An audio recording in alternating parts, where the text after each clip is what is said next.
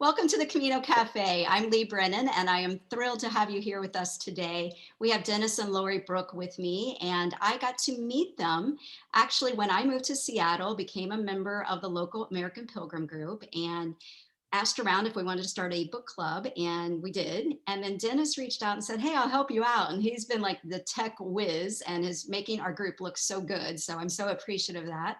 So we've become friends during this process, and I invited them after I found out about their own Camino. They have a fantastic website, which I will have in the notes after the call.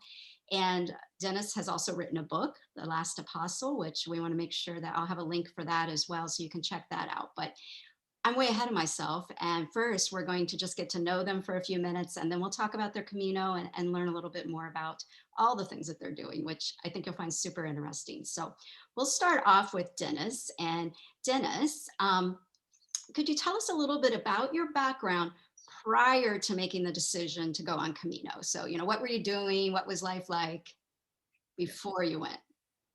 So it's like BC before Camino and AC after Camino, where we're at now. So actually, Lori and I have been married uh, 38 years, and yeah, Wow, you guys 38 married years, yeah. like 15, 14? Yeah. Well, we did meet when I was 15 and she was 14, and she thought I was a jerk. But as a 15-year-old boy, I was pretty much a jerk. So I love that. But we started dating when I was 19, and I spent 7.5 years as an Air Force officer. And after I got out of the Air Force, I worked mostly in IT in New Jersey and then back here. And she was working at Starbucks most of the time. We both grew up in the area. I grew up in Auburn. She grew up in Des Moines. Oh, that's what I was just So going to ask. Okay. yeah, so it was great that Dennis decided to get out of the military for me, because when we came home to Seattle and I could go to work for Starbucks, I was there almost 21 years. Okay. So that was fabulous. Worked in IT and accounting, and it put us in a really good position to do our next stage. Okay. So I've had the pleasure of being able to read some articles about you, but our listeners have not. So take us back, Lori. I think you were the one that first learned of the Camino. You guys were coming to a point where you were thinking about retiring, I believe, So and decided sunbirding or whatever, like moving somewhere warm part of the year just didn't seem to interest you. So then what happened? Because it seemed like there was a major shift in your lives. Well, we had actually gone to see the movie The Way. So this is about 5 years before we actually made the jump. But that movie just really struck me. And so I said to Dennis, "Oh, that's it. That's how I want to start retirement. I want this big wide line between professional and retired." So the Camino was that for us. And Dennis, he's just, "Oh yeah, sign me up." Sign me up, yeah. I love Yeah. it. So take me back to, what do you think it was about the movie? What did you see that was like, yeah, that's what we have to do? I think it gave us, I think what I saw was a chance to really kind of self-examine a bit. You're doing one thing day in and day out. And so it gave me it looked like it would give you time to really figure things out, kind of get a new picture of yourself. And then all the people who did it, that just looked so fascinating. Yeah, the community, even in the movie. Yeah. And we watched a couple other movies like 6 Ways to Santiago and that Yep. gave Also you a more fantastic. realistic view. But it was kind of like, we want something, she said, I want something that is a delineation between retired life and our regular life. So we made this decision really about 3 or 4 years before, and then started working towards it. So you saw the movie, and then did you retire right around the time of the movie, or was the retirement right before your Camino? Retirement was 5 years after the movie. 5 years. So it took us a long time. We don't do anything quickly. we planned this in big stages. We had when we spent 20 years in a big house in Auburn, so we had to downsize. We still had to finish work for a couple of years, so we did that, and then we made the jump to to do the Camino and start a retirement. Only about 3 or 4 months after retirement. Okay. Yeah. So, in the forums, there are always questions about, how do you train? What equipment do you need? And when reading about your Camino, you two really went all out to train and to plan. So I wondered if you could kind of share with everyone, because I think you did some really cool things to get ready. Yeah. So Laurie has a term she likes to call pack on back time. Yes. And so basically, if you're going to do something, simulate it as much as you can. So we got the gear we were going to use, and we did things like we hiked from Tacoma to Vashon Island Town Center, which is a 15-mile hike. And we learned things like when it rains, ponchos do not work for us because they blow. So we did things like we learned rain suits, we learned things like what kind of shoes to use.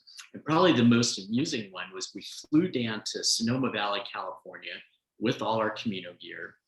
And for 5 days, we hiked from the airport to B&Bs with a few stops at wineries. So it's very similar to the Camino. But it was funny because down in Sonoma, people do not hike. They bike or they drive. And more than once, someone would pull it over and say, "What are you guys doing?" And we say, "Well, we're hiking. We're preparing for the Camino." And, we'd explain what it was. And the funniest one, though, is we went to a winery, and the woman who was managing the winery, she kind of put us in the back. And I mean, we were clean. We were wearing our backpacks and all that, but she put us in the back. And after a while, she figured out we were okay and that we explained what we're doing. Is she confessed that she'd seen us a couple of days before and told her mom, called her up and said, "Mom, there are strangers in the valley. Lock your doors." That's not the only time that's happened. When we were on Vashon Island, we were walking down the street to come back, and it was obvious another person saw us, and they called the police, and they came up behind us. Well, just so happened we had dinner with them in the same restaurant the night before, so they just went on their business, didn't stop us. But yeah. Oh, isn't that something when you think about how when we're in Spain on Camino, you feel like you're just so normal, right? Some people around us are pilgrims or have been pilgrims or so used to seeing pilgrims that it is kind of true that in the US, if you see someone walking with a backpack, you don't know what are they doing, right?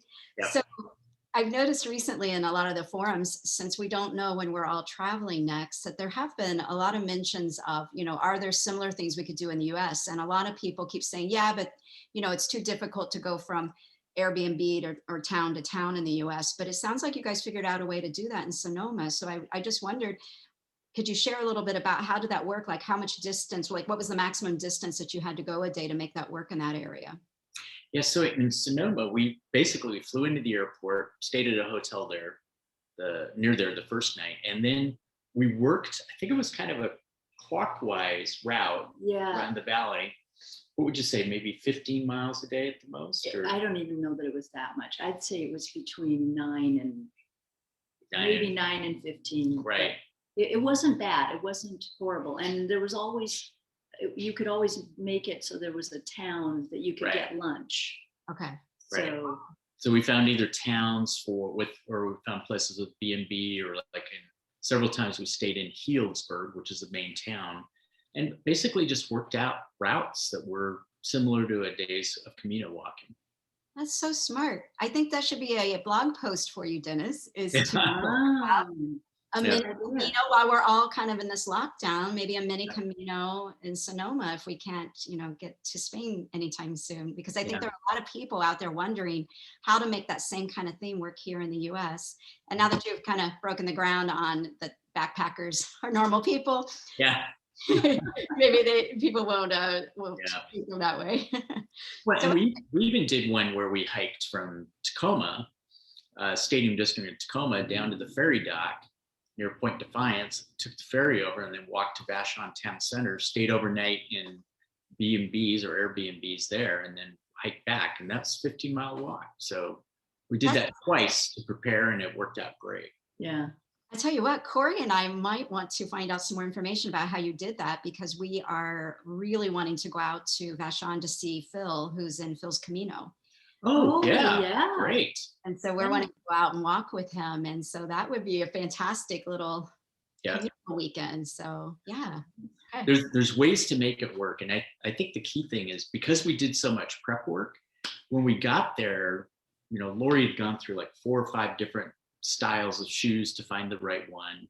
Yeah. And we did so much, and we were pretty physically prepared so that when we got there, we had a few blisters, but people much younger than us were dropping out because they just weren't prepared, and Yep. we were able to complete it. So we got to enjoy it a lot more, and there was a lot less of the pain that some people experience. So preparation, pack on back time made Paid a off big difference. for us. Love that. Pack on back time. So Right. that's wonderful. So you guys did the Frances, right? Yeah, Right. And what point did you start at? And St. Jean. Yeah. We Okay. flew into Paris, stayed overnight in Paris 3 days, took the train down, and started in St. John. Okay. So you were so prepared. What did you find surprised you? When you look back and you're like, okay, we did everything except there was this surprise. Was there maybe more on the spiritual side or the inner part of the journey? Did anything there surprise you? Or did you still have any physical surprises that you were just like, wow, did not see that coming? I think for me, the Meseta was the Yeah. big surprise. Yeah. Because everything I'd read about it was, oh, it's this long, horrible, you're not going to Yeah. enjoy it. And it was one of my favorite parts. Yeah. Just being there. We were there at a great time of year. It was still April, May. Yeah. So it was very green and pretty, and you could see the mountains so far out. It was, that was a complete surprise to me. Yeah. There was one day where on the Meseta where it was just the 2 of us in the afternoon. We walked like 4 or 5 hours, never saw anyone else. So that was fun. Yeah.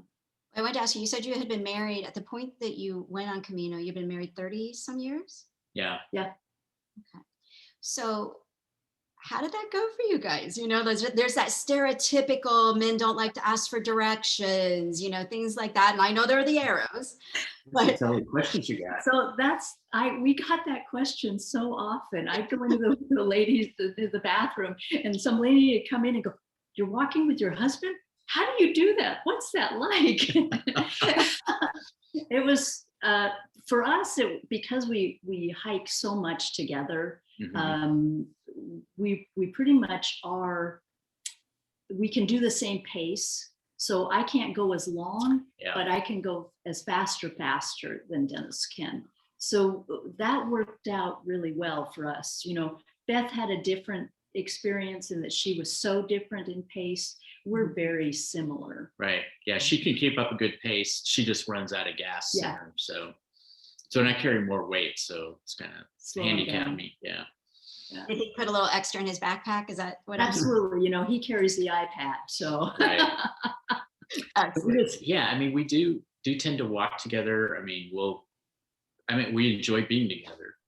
So we You just can kind of tell. make it work. So fortunately, our paces are pretty much the same. It's just I'll have gas when she runs out. Did you tend to walk literally side by side the whole time, or did you take breaks where one was ahead and one was behind? Or well, I guess you weren't always side by side because you'd be talking to someone and the rated change and stuff. Right. So, but generally we were in the same vicinity.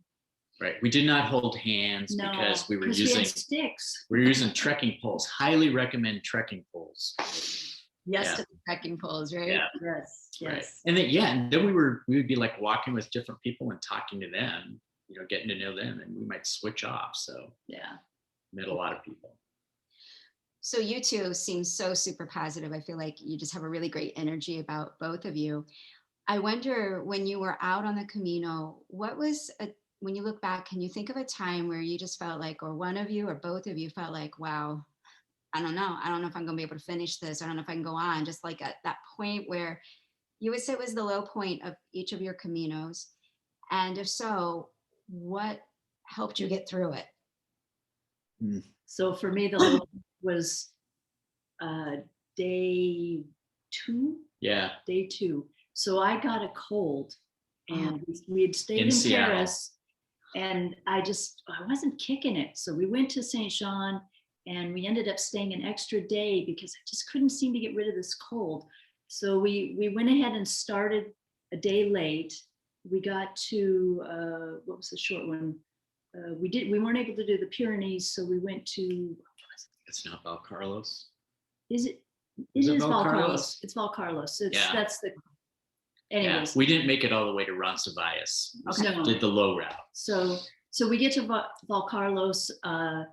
The B&B we had stayed with made a reservation for us, and then we stayed there that night. The next morning, I just told Dennis, it's Sunday, and I can't go anywhere. My ear is ready to explode. So our host figured out a doctor I could go see. They had a nurse. This is on Sunday morning. And Wow. they check me out. I have an ear infection. They say, oh, you need these antibiotics. Okay, you'd have to go to Leon to get them. Well, that wasn't very easy. So they came up with samples and a prescription. They got me fixed. And so we spent one more day in Valcarlos, and with the medicine, I was ready to go. Right. But I didn't know if I could do it at all. And the Spanish host and doctors were so wonderful. Mm-hmm. It was, wow. I think you answered one of my next questions, which was, where do the angels show up? And it sounded like you had an angel right there. Absolutely, yeah. Yeah, no, they were great. So what was yours? I don't, for me, I got tendinitis. So we came down for Cruz de Ferro, and there's all these goat paths that go down there. And I hadn't had any blister problems or anything. And I wound up getting tendinitis that really slowed me down. And I had to keep my shoes loose. So I did wind up with a few blister problems. So it slowed me down, but it didn't stop us because failure was not an option. I love it. I would imagine, Laurie, for you, with that happening so early on and all the preparation that you did, how frustrating to get that cold right at the beginning. It was. Did you feel that there was any lesson in that, or any sign there?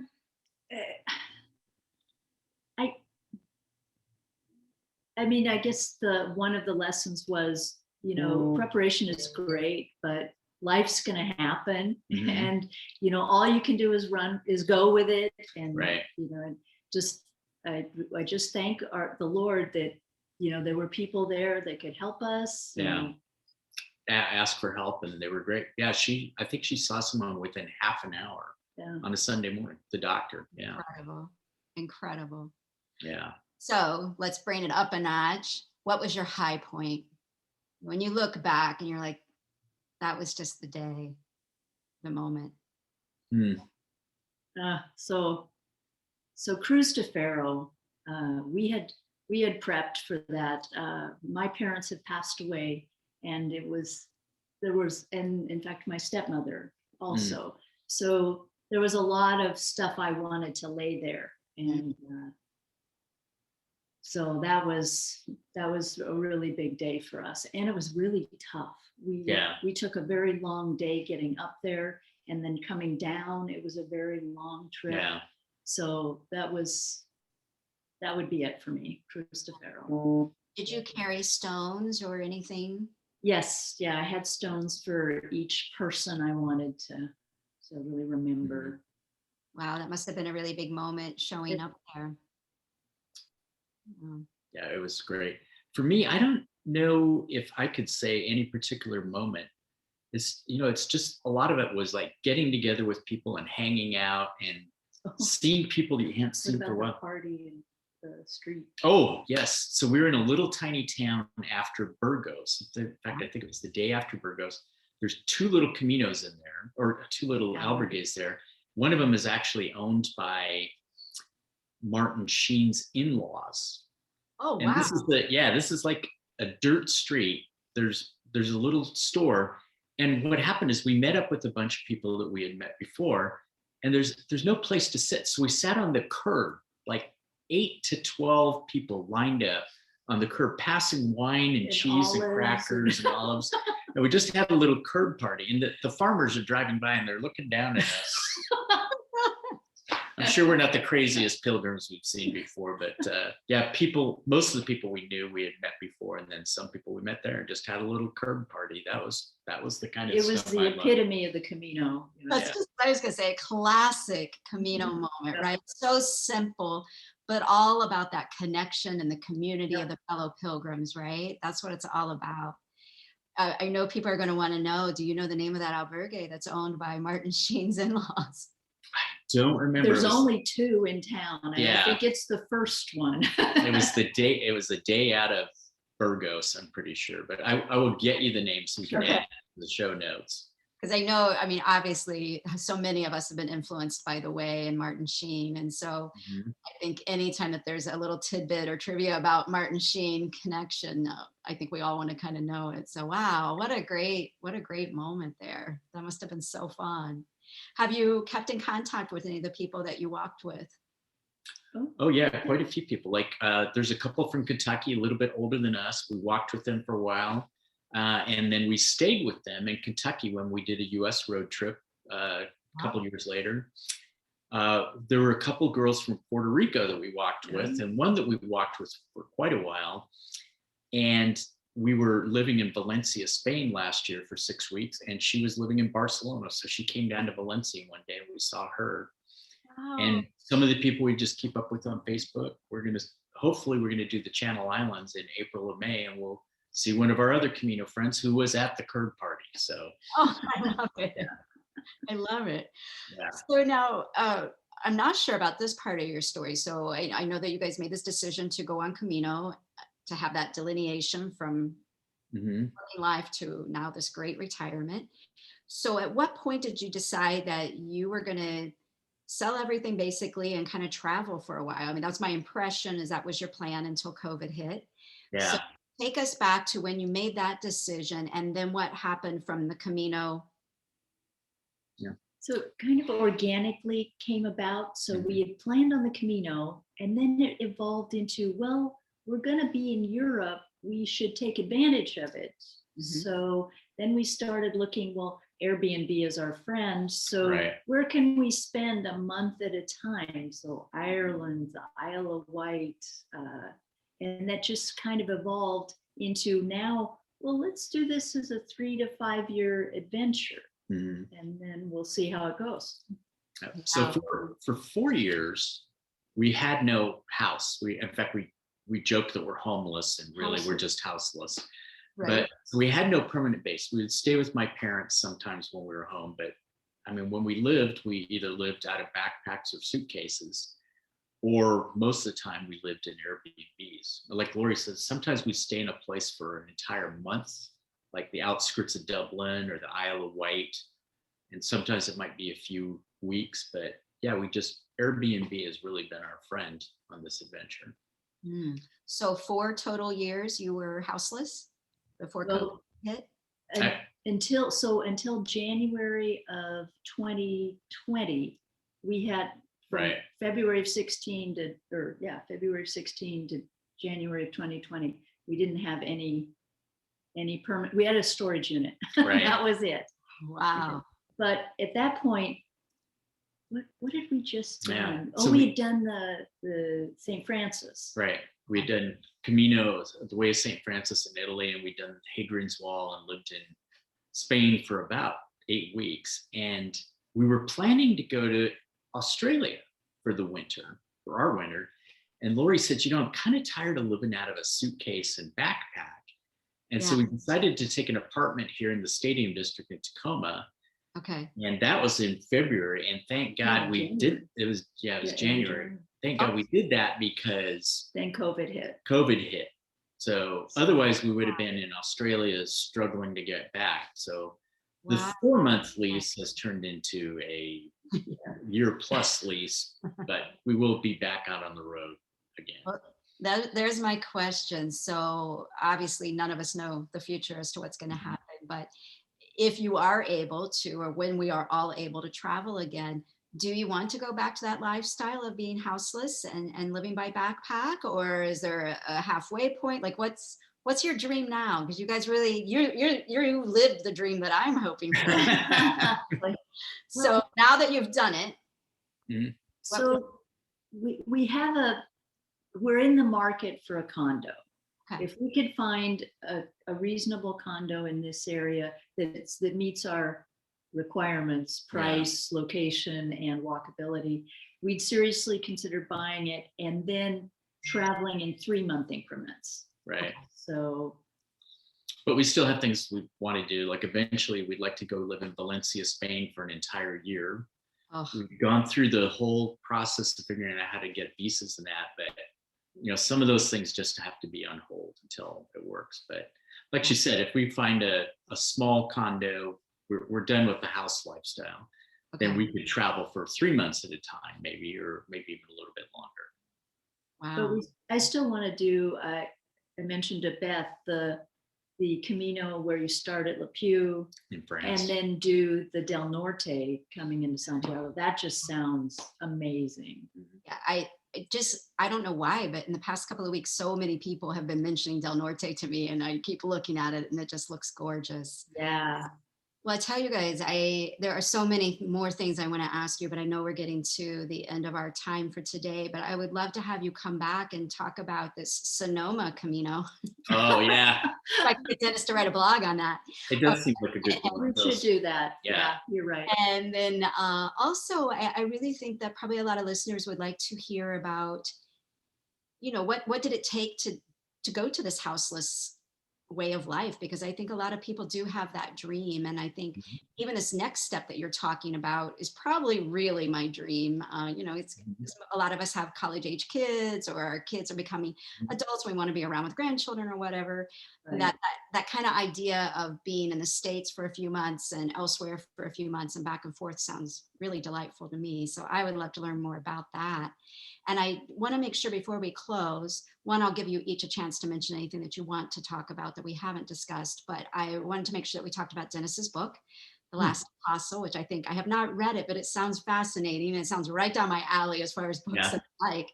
So I just wondered if you might want to tell us just briefly how that came about, when did you write it, and where could people find your book? Yeah. So the book is called The Last Apostle. It's available on Amazon. And the whole idea is, imagine that John, the last disciple of Jesus Christ, is still alive and he lives in Seattle. And it's all based on the end of the Gospel of John, where Jesus is walking along the shore with Peter. He's telling Peter what a terrible death he's going to die. And Peter looks back at John and he says, well, what's going to happen to him? And Jesus says, well, what's it matter to you if he stays alive until I return? We're talking about you. And the Bible goes on to say, well, that's not what he really meant. And I thought, well, what if that's what he really did mean? What would he be doing? Where would he be for the last 2,000 years and all that? So that's the gist of the book. And it was released. I worked on it for about 8 years. It was released just a couple of months before we left for the Camino. Okay. And since then, it actually was a finalist for the American Christian Fiction Writers Debut Novel of the Year. And I am way behind on the sequel, but I am working on it. We're all a little, it's like we're stuck at home, but it seems like we're really busy. Really busy. Yeah, absolutely. Hard to get to some projects. Well, congratulations on that award. That's amazing. And I think it sounds wonderful. So I know there's a website for it. I will have that in the notes section on YouTube. So that way, if anyone wants to check that out, that would be great. You have a wonderful blog. I've really enjoyed reading a couple of the posts that I've read. So I encourage people to read that. And I just want to give each of you a chance, if there's anything that we haven't touched upon that you were really hoping to say today, I wanted to give you a chance to mention that. I think a lot of this is, if you have a dream, what really works is to take steps towards it. I mean, that's how we did the whole downsizing and went from a great house to a houseless lifestyle. And we learned along the way. So it was really, what's the dream? And the dream evolved. Yeah. And, eventually we got to this point where we could actually do it. So. Well, congratulations. Laurie, do you have anything you want to add? No, nothing. I just want to say thank you. I can't, what you've done with the Camino groups and stuff, the book club, it's just been wonderful. It's a lot really of fun. Appreciate it. Thank you. Well, it's a labor of love. I love being a part of this community, and I knew when I got grounded last year from not the Camino, I didn't want to stop the the best part to me, and that's the people. And I just want to keep expanding the Camino family. And I feel like, you just never know where these connections are going. And just like you, I've kept in contact with a lot of people that I walked with, and I now want to walk with everybody that I'm meeting. So I want to walk with you Yeah. guys. I want to, I want to have this big party in Spain when we can all go back. And Yeah. I know that day is coming.